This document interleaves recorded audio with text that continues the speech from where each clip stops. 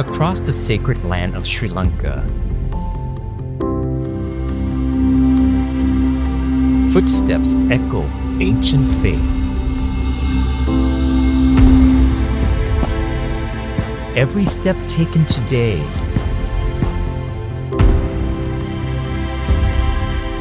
is a tribute to the journey made over 2,000 years ago.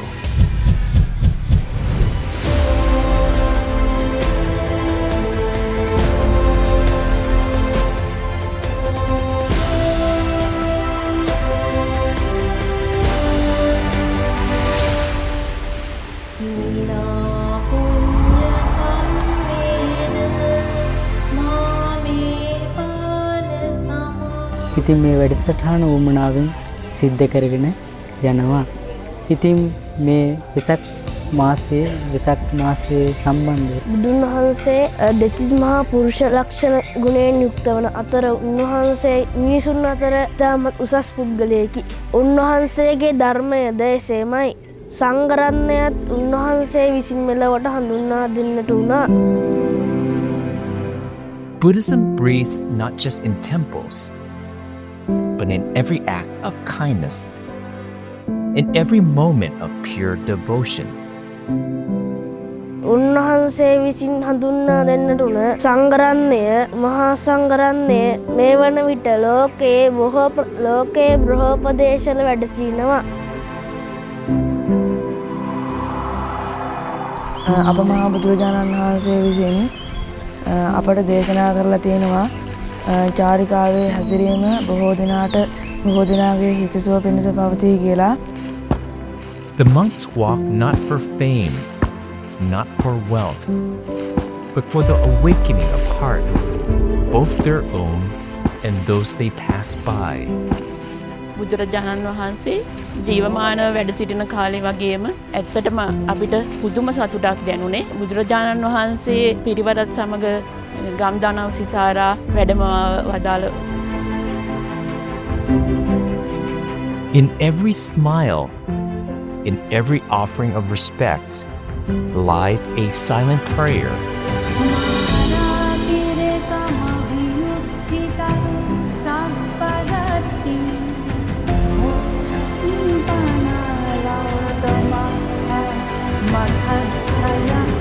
පාදචාරිකාවෙන් මිනිසුන්ට බොහෝ සිතක් සැලසෙනවා. ඒ වගේම ගමන් කරන්නා භික්ෂූන් වහන්සේලාට ඉතාමත් සහනයක් සැලසෙනවා.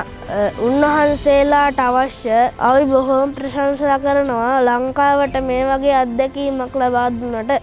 මීට කලින් මේ රටේ භික්ෂූන් වහන්සේලා මේ වගේ අත්දැකීමක් නොලබන්නට පුළුවන්. තවද අපි පාරේ ගමන් කරන විට සමහර දායකයන් මල් ලිහලා ඒවා උඩ අපිට ගමන් කරන්න සලස්වලා තියෙනවා. ඒමුත් අපිට ශ්‍රද්ධාව ඉස්මතු වෙලා තියෙනවා. Faith that transcends words, culture, and time.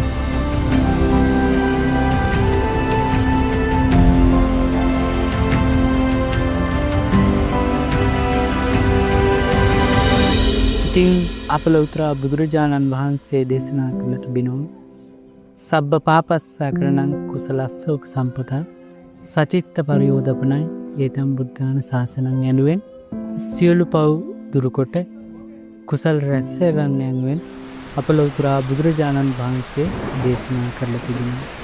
ඉතින් අපේ මහා සංඝරත්නයත් සේම උන්වහන්සේලාගේ වැසි පීඩන කොතරම් ආවත් උන්වහන්සේලා ඉතාමත් අලංකාර විදිහට පාරේ තායිලන්ත හාමුදුරුවොත් සමග ඉතාමත් වුමනාවෙන් ධර්ම යාත්‍රා වැඩසටහන කරගෙන යනවා.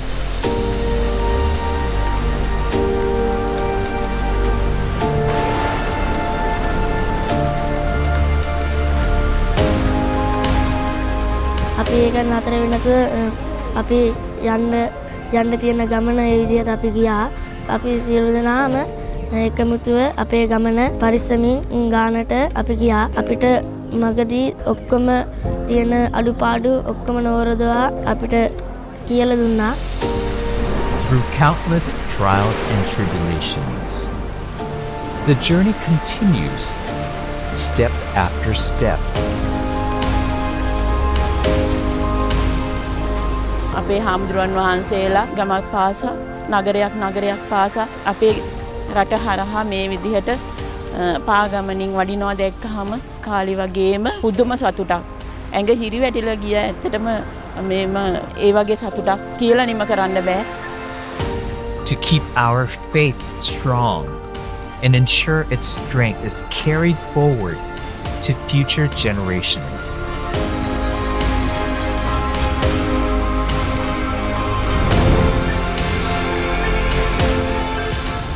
කියන්න වචන නෑ. ඇත්තටම කියනවා නම් අපෙන් පස්සේ සිටින බාල පරම්පරාව අපේ දරුවන් මේවා දැක්කහම බුදු දහම මොනතරම් වැදගත් දර්ශනයක්ද කියන එක හැමෝටම වැටහෙනවා.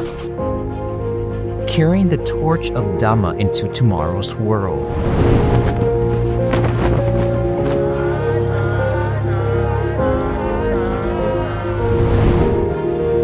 ඉතින් මේ පළවෙනි වතාවට ලැබෙන අත්දැකීම මගේ ජීවිතයටම උනත් බලපානවා. ඉතින් මේ වගේ අත්දැකීම් එක්ක තමයි අපෙන් පස්සේ එන සම්බුද්ධ ශාසනයට අලුත් වෙන හාමුදුරුවන්ටත් මේ වගේ අත්දැකීම් වුමනා වෙනවා. ඉතින් මේ අපි මෙහෙම දෙයක් කරොත් තමයි හාමුදුරුවන්ටත් අපිට දෙයක් කියන්න පුළුවන්. අපිත් මෙහෙම දෙයක් කරා යනවා. Faith will be passed down from generation to generation, and Buddhism will continue to live on within each and every one of us forever.